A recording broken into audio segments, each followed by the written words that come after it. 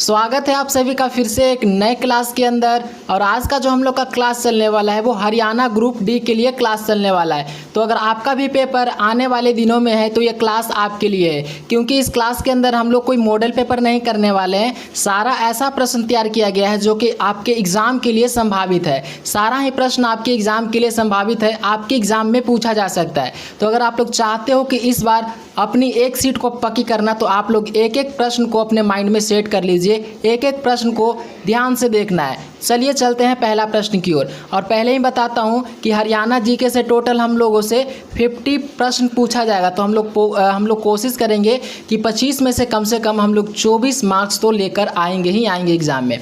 बस मैं आप लोग को जो क्वेश्चन बता रहा हूँ उसको आप लोग याद करते चलिए। तो चलिए पहला नंबर हमारा प्रश्न क्या कह रहा है। पहला प्रश्न देखते हैं कि शीतला माता मंदिर हरियाणा के किस शहर में स्थित है। सवाल कह रहा है कि शीतला माता मंदिर हरियाणा के किस शहर में स्थित है। और जिस क्वेश्चन का आंसर याद रहेगा आप लोग कमेंट बॉक्स में उसका उत्तर ज़रूर बताइएगा। तो इसका जो राइट आंसर हो जाएगा वो ऑप्शन नंबर ए हो जाएगा, गुरुग्राम। शीतला माता मंदिर कहाँ स्थित है तो याद रखना है कि गुरुग्राम में स्थित है। सवाल यहाँ से कैसे बन सकता है कि शीतला माता मंदिर की स्थापना कब हुई थी, तो आप लोग को बताना है कब हुई थी। 1763 में हुई थी। चलिए अगला प्रश्न यहाँ से पूछ सकता है कि रोहतक तिलियार झील हरियाणा में है। आपसे पूछेगा कि ये जो झील है रोहतक झील वो कहाँ है, तो आप लोग को याद रखना है कि रोहतक जो झील है वो हरियाणा में है, याद रखना है। चलिए दूसरा नंबर हमारा प्रश्न क्या कह रहा है। इब्राहिम लोदी का मकबरा हरियाणा में कहाँ स्थित है। सवाल कह रहा है कि इब्राहिम लोदी का जो मकबरा है वो हरियाणा में कहाँ स्थित है। तो आपको याद रखना है कि ये पानीपत में स्थित है, यानी कि राइट आंसर हो जाएगा ऑप्शन नंबर ए। अब यहाँ से आप लोग को 3 इंपॉर्टेंट स्वर बताता हूँ। सबसे पहले याद रखना है कि सोनीपत को स्वर्ण नगरी के नाम से जानते हैं। अगर एग्जाम में सवाल पूछा जाएगा कि स्वर्ण नगरी के नाम से किसे जानते हैं तो आप लोग को बताना है कि सोनीपत को हम लोग स्वर्ण नगरी के नाम से जानते हैं। स्वर्ण नगरी के नाम से किसे जानते हैं तो सोनीपत को जानते हैं। अब यहाँ से प्रश्न को याद रखना है, बताना है कि पानीपत का प्रथम युद्ध कब हुआ था, पानीपत का दूसरा युद्ध कब हुआ था, पानीपत का तीसरा युद्ध कब हुआ था। तीनों सवाल को याद रखना है। तो पहला युद्ध हुआ था हमारा 1526 में, दूसरा युद्ध हमारा हुआ था 1556 में, तीसरा युद्ध हुआ था हमारा 1761 में। तो तीनों प्रश्न को याद रखना है। चलिए अगला नंबर प्रश्न क्या कह रहा है कि हरियाणा में चौधरी देवीलाल हर्बल पार्क कहाँ स्थित है। सवाल इंपॉर्टेंट है, बताना है कि हरियाणा में चौधरी देवीलाल हर्बल पार्क कहाँ स्थित है। तो आपको याद रखना है कि ये चूड़पुर यमुनानगर में स्थित है। चूड़पुर यमुनानगर, यानी कि राइट आंसर हो जाएगा ऑप्शन नंबर ए हो जाएगा। चलिए याद रखिएगा कि चौधरी देवीलाल हर्बल पार्क की स्थापना कब किए गए थे। बताना है कि जो पार्क है इसकी स्थापना कब हुई थी। तो आप लोग को याद रखना है कि इतना ईस्वी में इसकी स्थापना हुई थी, 2001 में चौधरी देवीलाल हर्बल पार्क की स्थापना हुई थी। चलिए अगला नंबर प्रश्न क्या कह रहा है कि हरियाणा का राजकीय पक्षी कौन सा है। आप लोग कमेंट बॉक्स में इसका उत्तर बताइए कि हरियाणा का जो राजकीय पक्षी है वो कौन सा है। ऑप्शन में है काला तीतर, मोर, कबूतर या फिर बाज। तो आपको याद रखना है कि इसका जो राइट आंसर हो जाएगा वो ऑप्शन नंबर ए हो जाएगा। काला तीतर को हरियाणा का राजकीय पक्षी कहते हैं। चलिए और मोर कौन सा है, तो मोर आपको याद रखना है कि ये भारत का राष्ट्रीय पक्षी मोर हो जाएगा। चलिए अगला नंबर प्रश्न क्या कह रहा है कि हरियाणा के किस स्थान पर भगवान कृष्ण ने अर्जुन को श्री भगवत गीता का उपदेश दिया था। बताना है कि हरियाणा के किस स्थान पर भगवान श्री कृष्ण ने अर्जुन को गीता का उपदेश दिया था। तो आपको याद रखना है कि कहाँ किस स्थान पे दिए थे। तो आपको याद रखना है कि ये दिए थे ज्योतिष कुरुक्षेत्र में, यानी कि right answer option number A हो जाएगा। ज्योतिषर हो जाएगा, right answer option number A हो जाएगा। चलिए अगला नंबर प्रश्न क्या कह रहा है कि चनेटी का स्तूप हरियाणा के किस जिले में स्थित है। सवाल को याद रखना है कि चनेटी का स्तूप हरियाणा के किस जिले में स्थित है। तो आपको याद रखना है कि ये कौन सा जिला में स्थित है, तो यमुनानगर में स्थित है।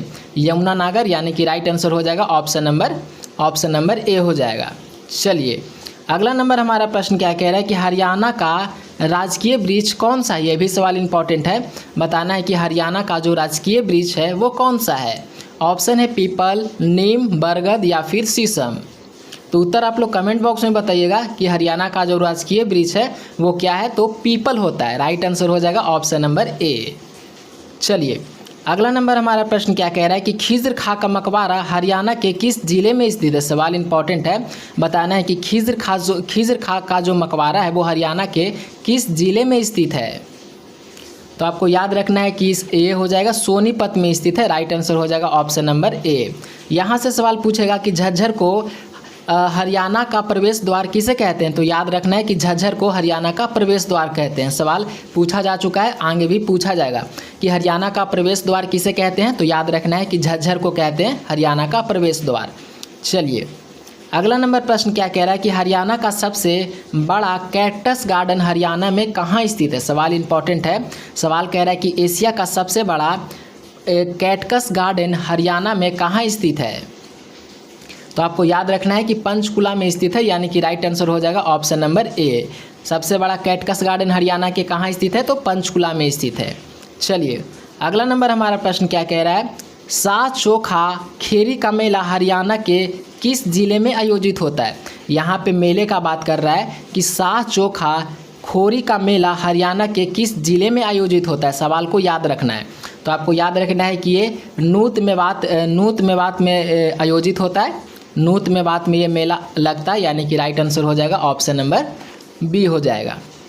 चलिए अगला नंबर हमारा प्रश्न है, प्रसिद्ध बाणभट्ट द्वारा रचित हर्षचरित में हरियाणा को किस नाम से संबोधित किया गया है।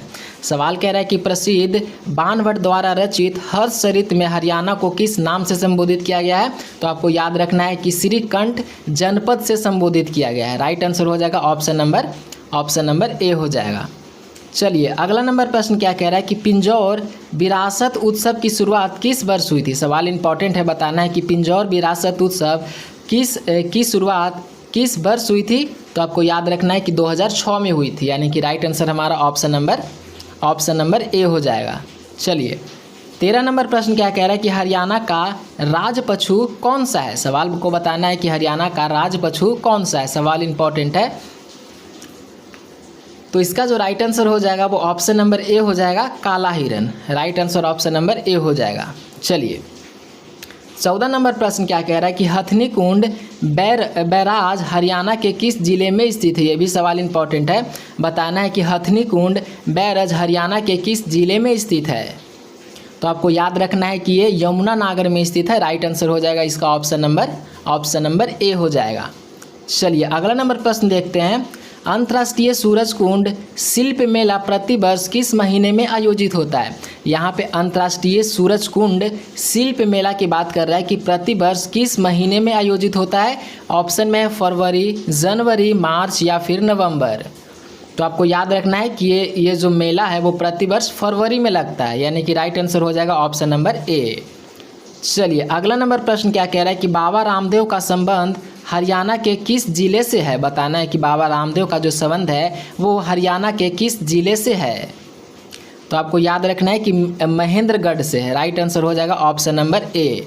चलिए यहाँ से एक पॉइंट को याद रखिएगा कि पतंजलि आयुर्वेदिक की स्थापना कब और किसने की थी। तो आपको याद रखना है कि पतंजलि आयुर्वेदिक की स्थापना बाबा रामदेव ने किए थे। कब किए थे, तो ये भी याद रखना है कि 2006 में किए थे। चलिए अगला नंबर प्रश्न है, सूरजकुंड का निर्माण निम्नलिखित में से किस तोमर राजा ने करवाया था। सवाल कह रहा है कि सूरजकुंड का निर्माण निम्नलिखित में से किस तोमर राजा ने करवाया था। तो आपको याद रखना है कि ये करवाए थे सूरजपाल ने। सूरजपाल, यानी कि राइट आंसर हमारा ऑप्शन नंबर बी हो जाएगा। चलिए अगला प्रश्न देखते हैं, हरियाणा के किस जिले को बुनकरों का शहर कहा जाता है। सवाल कह रहा है कि हरियाणा के किस जिले को बुनकरों का शहर कहा जाता है। ऑप्शन है पानीपत, भिवानी, सिरसा या फिर रोहतक। तो आपको याद रखना है कि हरियाणा के कौन सा शहर को कहते हैं, तो पानीपत को कहते हैं बुनकरों का शहर। राइट आंसर हो जाएगा ऑप्शन नंबर ए हो जाएगा। चलिए अगला नंबर प्रश्न है, राजीव गांधी एजुकेशनल सिटी हरियाणा में कहाँ स्थित है। सवाल इंपॉर्टेंट है, बताना है कि राजीव गांधी एजुकेशनल सिटी हरियाणा में कहाँ स्थित है। तो आपको याद रखना है कि ये स्थित है कुंडली सोनीपत में स्थित है, यानी कि राइट आंसर हो जाएगा इसका ऑप्शन नंबर ए। अगला प्रश्न है, समोसा महल या शीश महल, सवाल देखिए, समोसा महल या शीश महल हरियाणा के किस ऐतिहासिक स्थान पर स्थित है। सवाल इंपॉर्टेंट है, याद रखना है कि समोसा महल या शीश महल हरियाणा के किस ऐतिहासिक स्थान पर स्थित है। तो आपको याद रखना है कि गुरुग्राम में स्थित है। इसका राइट आंसर जो हो जाएगा वो ऑप्शन नंबर ए हो जाएगा। चलिए अगला नंबर प्रश्न क्या कह रहा है कि ताजेवाला बैराज हरियाणा के किस नदी पे बनाया गया है। सवाल इंपॉर्टेंट है, बताना है कि ताजेवाला बैराज हरियाणा के किस नदी पे बनाया गया है। ऑप्शन दिया गया है यमुना नदी, घग्गर नदी, मार्कंडा नदी या फिर सरस्वती नदी। तो आपको याद रखना है कि ये बनाया गया है यमुना नदी पे, यानी कि राइट आंसर हो जाएगा इसका ऑप्शन नंबर ए हो जाएगा। अगला नंबर प्रश्न देखते हैं, काजीरंगा राष्ट्रीय उद्यान किस जानवर के संरक्षण के लिए प्रसिद्ध है। सवाल इंपॉर्टेंट है, याद रखना है कि काजीरंगा राष्ट्रीय उद्यान किस जानवर के संरक्षण के लिए प्रसिद्ध है। तो ये प्रसिद्ध है एक सींग वाला गैंडा के लिए, यानी कि राइट आंसर हो जाएगा इसका ऑप्शन नंबर ए। याद रखिएगा इसकी स्थापना कब हुई थी, काजीरंगा राष्ट्रीय उद्यान की स्थापना कब हुई थी। तो ये हुई थी 1905 में, इसको भी ध्यान में रखना है। चलिए अब हम लोग देखते हैं सामान्य अध्ययन। यहाँ से काफ़ी ज़्यादा इंपॉर्टेंट प्रश्न देखने वाले हैं, तो सवाल को मिस मत कीजिएगा और जिस क्वेश्चन का आंसर याद रहेगा कमेंट बॉक्स में उसका उत्तर जरूर बताइएगा। चलिए 23 नंबर हमारा प्रश्न क्या कह रहा है कि चिल्का झील भारत के किस राज्य में स्थित है। सवाल इंपॉर्टेंट है, बताना है कि चिल्का झील भारत के किस राज्य में स्थित है। तो आपको याद रखना है कि ये उड़ीसा में स्थित है। राइट आंसर हो जाएगा ऑप्शन नंबर ए। अब यहाँ से कुछ इंपॉर्टेंट पॉइंट बताता हूँ जो कि काफ़ी ज़्यादा इंपॉर्टेंट है। सबसे पहले याद रखना है कि उड़ीसा का शास्त्रीय नृत्य क्या है। तो आपको याद रखना है कि उड़ीसा का जो शास्त्रीय नृत्य हो जाएगा वो उड़ीसी हो जाएगा। उड़ीसी हमारा हो गया उड़ीसा का शास्त्रीय नृत्य। दूसरा प्रश्न याद रखना है कि आंध्र प्रदेश का शास्त्रीय नृत्य क्या हो जाएगा। तो आंध्र प्रदेश का जो शास्त्रीय नृत्य हो जाएगा वो कुचिपुड़ी हो जाएगा। कुचिपुड़ी हो गया आंध्र प्रदेश का। तीसरा याद रखना है कि तमिलनाडु का क्या होगा। तो तमिलनाडु का होता है भारतनाट्यम, इसको भी याद रखिएगा। चौथा याद रखना है केरल का क्या होता है। तो केरल का होता है मोहिनी अड्डम। मोहिनी अड्डम हो गया हमारा केरल का। तो सभी प्रश्न को याद रखना है, सवाल यहाँ से एक क्वेश्चन पूछा जाएगा। चलिए 24 नंबर प्रश्न क्या कह रहा है कि भारतीय संविधान का अनुच्छेद 21 किससे संबंधित है। सवाल को याद रखना है कि भारतीय संविधान का अनुच्छेद 21 किससे संबंधित है। तो आपको याद रखना है कि ये किससे संबंधित है। तो ये संबंधित है हमारा प्राण एवं दैहिक स्वतंत्रता का अधिकार। ऑप्शन नंबर ए में दिया गया है प्राण एवं दैहिक स्वतंत्रता का अधिकार से, यानी कि राइट आंसर हो जाएगा ऑप्शन नंबर ए। सवाल याद रखना है, यहाँ से पूछा जा सकता है कि शिक्षा का अधिकार कौन सा अनुच्छेद में है। तो आप लोग को याद रखना है कि ये आर्टिकल 21A में है। शिक्षा का अधिकार आर्टिकल 21 के ए में है। चलिए धार्मिक स्वतंत्रता अगर पूछ लिया जाए कि धार्मिक स्वतंत्रता कौन सा अनुच्छेद में है, तो ये आर्टिकल 25 से 28 में है। आर्टिकल 25 से 28 में हमारा है धार्मिक स्वतंत्रता। चलिए 25 नंबर प्रश्न क्या कह रहा है कि भारत में हरित क्रांति का जनक किसे माना जाता है। सवाल इंपॉर्टेंट है, बताना है कि भारत में जो हरित क्रांति का जनक माना जाता है वो किसे माना जाता है।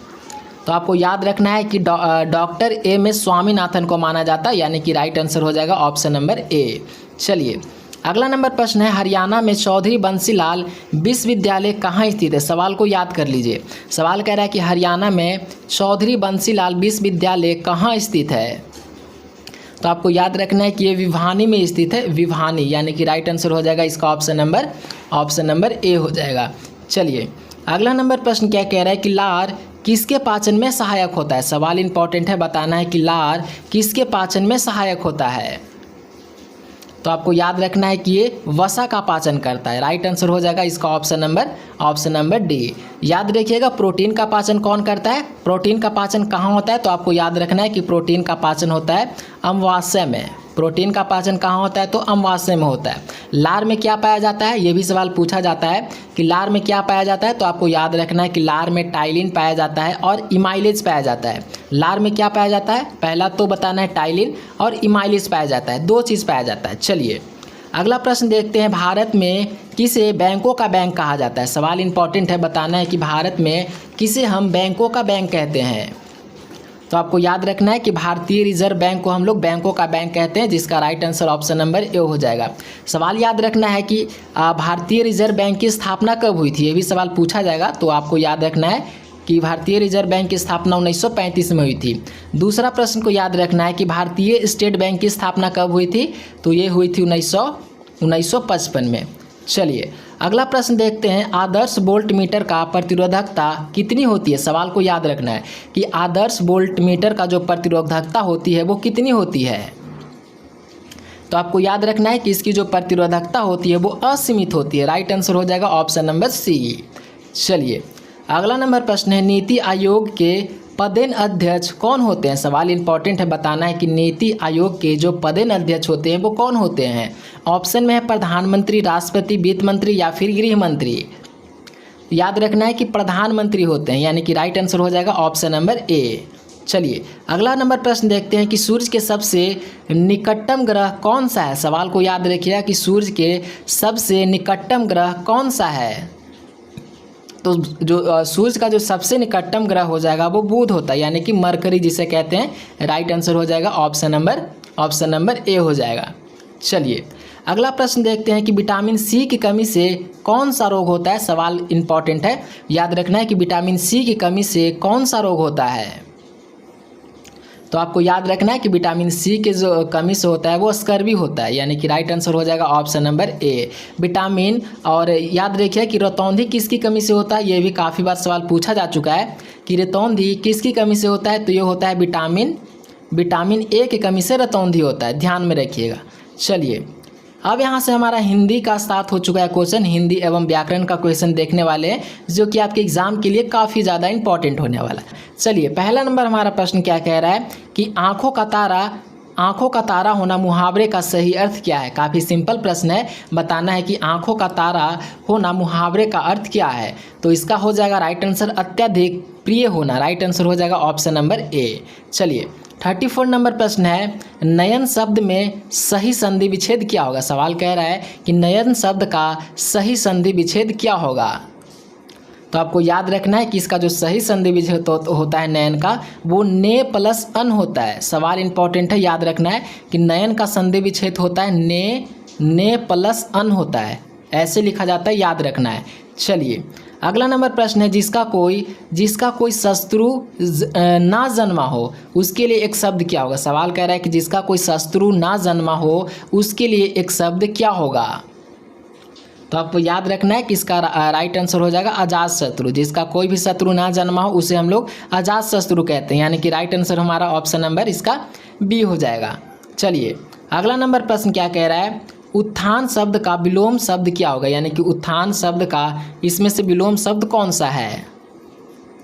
तो इसका जो विलोम शब्द हो जाएगा वो क्या हो जाएगा, ऑप्शन नंबर ए हो जाएगा, पतन होता है। उत्थान का विलोम शब्द पतन होता है। राइट आंसर हो जाएगा ऑप्शन नंबर ए हो जाएगा।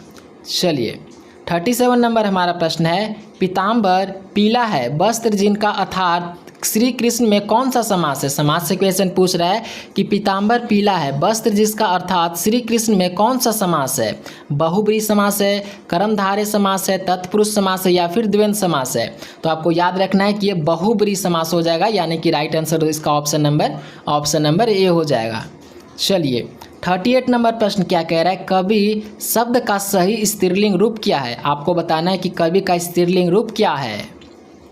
तो कवि का जो स्त्रीलिंग रूप होता है वो कवित्री होता है। देखो कवित्री आप लोग ध्यान से देखना कैसे लिखा हुआ है, क और फिर ऐसे, फिर य और त्री, कवित्री ऐसे देख लेना। कवित्री यहाँ पे काफ़ी सारा लिखा हुआ है, तो उच्चारण भी आप लोग को देख लेना है। तो इसका राइट आंसर हो जाएगा ऑप्शन नंबर ए। चलिए 39 नंबर हमारा प्रश्न है, अनुराग शब्द का विलोम क्या होगा, यानी कि आपसे अनुराग शब्द का विलोम शब्द पूछ रहा है। तो आपको याद रखना है कि अनुराग का जो विलोम हो जाएगा वो विराग हो जाएगा, यानी कि राइट आंसर हो जाएगा ऑप्शन नंबर ए हो जाएगा। चलिए अगला नंबर प्रश्न क्या कह रहा है, हाथ कंगन को आरसी लोककृत का सही अर्थ क्या है। इसको आप लोग को बताना है कि इसका सही अर्थ क्या होगा। तो आपको याद रखना है कि इसका सही अर्थ हो जाएगा, प्रत्यक्ष को प्रमाण की आवश्यकता नहीं होती है। इसका राइट आंसर हो जाएगा ऑप्शन नंबर ए। सवाल भी काफ़ी ज़्यादा इंपॉर्टेंट है। चलिए अगला नंबर प्रश्न है, सूर्य शब्द का कौन सा परिवाची शब्द नहीं है। बताना है कि सूर्य शब्द का कौन सा परिवाची शब्द नहीं है। इसमें से आप लोग को बताना है कि कौन सा नहीं है। तो इसमें से हमारा मयंक हो जाएगा, जो कि सूर्य का परिवाची शब्द नहीं है। मयंक का मतलब होता है चंद्रमा। बाकी दिनकर भी सूर्य का परिवाची शब्द है, दिवाकर भी परिवाची शब्द है और भास्कर भी है। तो याद कर लीजिएगा कि सूर्य का परिवाची शब्द क्या क्या होता है। तो दिनकर होता है, दिवाकर होता है या एक भास्कर होता है। और मयंक का मतलब क्या होता है। तो चंद्रमा होता है। तो चलिए अब हम लोग इंग्लिश का प्रश्न देखने वाले हैं। तो हमारा 42 नंबर प्रश्न क्या कह रहा है कि select the correct antonym word of ancient. यानी कि आपको सबसे पहले पता होना चाहिए कि एनीटम का मतलब क्या होता है, यानी कि इसका मतलब विलोम शब्द आपसे पूछ रहा है। तो एनिसेंट का विलोम शब्द क्या होगा, आप लोग बताइए। तो आपको याद रखना है कि इसका होता है मॉडर्न। इसका विलोम शब्द क्या हो जाएगा, मॉडर्न हो जाएगा। चलिए, और ओल्ड का क्या होगा, इसको आप लोग कमेंट करके बताइए। चलिए 43 नंबर हमारा प्रश्न है, select the correct synonym for the word of candidate. यानी कि आपसे परिवाची शब्द पूछ रहा है कि कैंडिडेट का परिवाची शब्द क्या होगा। तो आप लोग बताइए कि कैंडिडेट का जो परिवाची शब्द होता है वो क्या होता है। तो इसका जो परिवाची शब्द हो जाएगा वो फ्रैंक और हॉनेस्ट हो जाएगा। यानी कि ऑप्शन नंबर बी में दिया गया है, फ्रैंक और हॉनेस्ट, ध्यान रखिएगा। चलिए 44 नंबर प्रश्न क्या कह रहा है कि fill in the blanks with the correct preposition. He has been living in the city. तो आप लोग को बताना है कि इसमें हम लोग किस चीज़ का प्रयोग करेंगे। तो he has been living in the city, तो यहाँ पे हम लोग सिंस का प्रयोग करेंगे। यानी कि राइट आंसर हमारा ऑप्शन नंबर ए हो जाएगा। He has been living in the city since 2018। तो यानी कि ए का प्रयोग करेंगे, right answer option number A हो जाएगा। चलिए 45 नंबर प्रश्न क्या कह रहा है कि choose the correct word spelling word. यानी कि आपसे स्पेलिंग इसमें पूछ रहा है कि इनमें से कौन सा वर्ड है जो कि सही लिखा हुआ है। तो बिलीव का जो मीनिंग होता है वो होता है BELEIVE होता है, BELIEVE होता है। ऑप्शन नंबर बी में है, तो राइट आंसर हो जाएगा ऑप्शन नंबर बी। यहाँ पे इसको गलती है, राइट आंसर हमारा ऑप्शन नंबर बी हो जाएगा। चलिए अगला नंबर प्रश्न क्या कह रहा है कि choose the plural from the word child. यानी कि आपसे प्लूरल पूछ रहा है चाइल्ड का। तो चाइल्ड का प्लूरल क्या होगा। तो चाइल्ड का जो प्लूरल हो जाएगा वो चिल्ड्रन हो जाएगा। ऑप्शन नंबर ए में है चिल्ड्रन, राइट आंसर हो जाएगा ऑप्शन नंबर ए। चलिए 47 नंबर प्रश्न है, select the correct synonym of. यानी कि फिर से आपसे साइनोनिम का मतलब आपसे क्या पूछ रहा है, आपसे परिवाची शब्द पूछ रहा है। तो इसका जो परिवाची शब्द हो जाएगा वो क्या हो जाएगा। तो इसका जो परिवाची शब्द हो जाएगा वो हग हो जाएगा। ऑप्शन नंबर इसका right answer option number C हो जाएगा। आप लोग याद कर लीजिए, इस तरीके का क्वेश्चन पूछा जाएगा। चलिए 48 नंबर हमारा प्रश्न क्या कह रहा है कि fill in the blanks with the suitable article. यहाँ पे आप लोग को यहाँ पे आर्टिकल फिल करने के लिए बोल रहा है। क्वेश्चन कह रहा है कि सी इज ए हॉनेस्ट ऑफिसर। तो यहाँ पे हम लोग एन का प्रयोग करेंगे, ए का करेंगे, द का प्रयोग करेंगे या फिर नो आर्टिकल। तो यहाँ पे हम लोग प्रयोग कर लेंगे सी इज ए हॉनेस्ट ऑफिसर। तो यहाँ पे हम लोग एन का प्रयोग करेंगे, सी इज एन हॉनेस्ट ऑफिसर होगा। यानी कि राइट आंसर हो जाएगा हमारा ऑप्शन नंबर ए। चलिए अगला नंबर प्रश्न क्या कह रहा है कि select the correct antonym for word for create. यानी कि एंटोनिम का मतलब आपसे क्या पूछ रहा है, आपसे विलोम शब्द पूछ रहा है। तो इसका जो क्रिएट का विलोम शब्द हो जाएगा वो क्या हो जाएगा, आप लोग बताइए।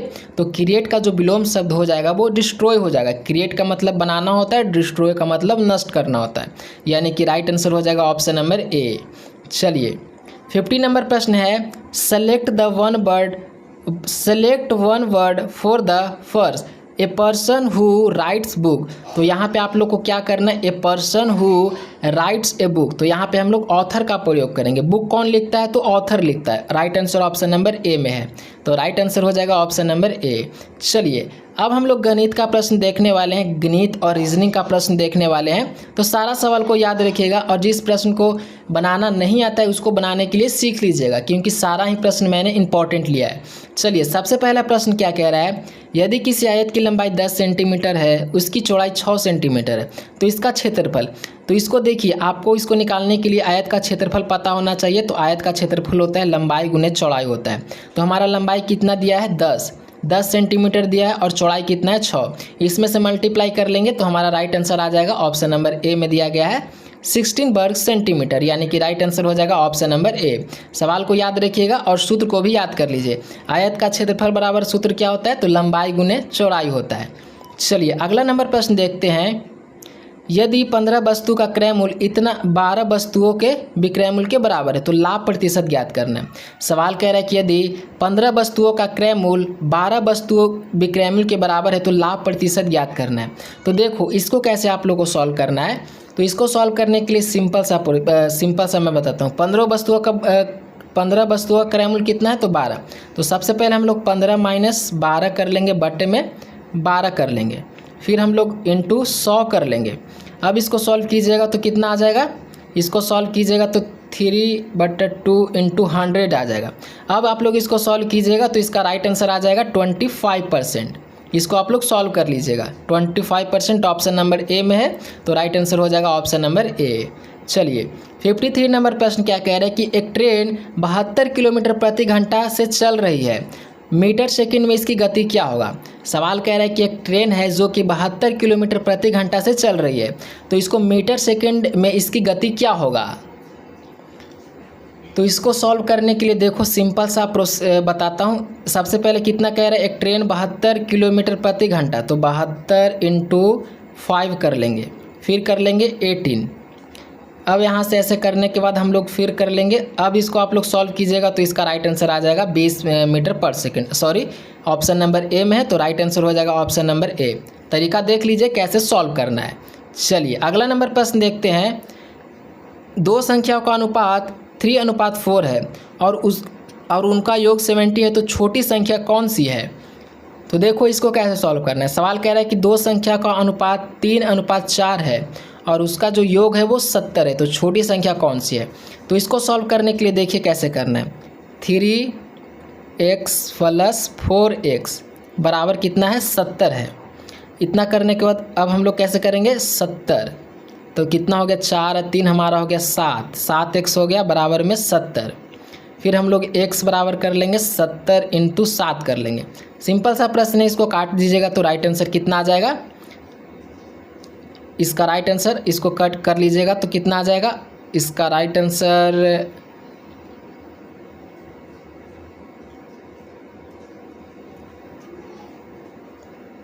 इस क्वेश्चन में कन्फ्यूजन है, इसको छोड़ते हैं, चलते हैं अगला प्रश्न की ओर। अगला प्रश्न देखते हैं। चलिए अगला नंबर हमारा प्रश्न क्या कह रहा है कि इतना पर 10% का वार्षिक साधारण ब्याज की दर से 3 वर्ष का ब्याज। देखो ब्याज पूछ रहा है तो इसको निकालने के लिए सिंपल सा सूत्र होता है। सबसे पहले सूत्र आप लोग को याद कर लीजिए। सूत्र याद रहेगा तो आप लोग किसी भी तरीके का क्वेश्चन का निकाल सकते हो। P/R/T बट्टे में 100।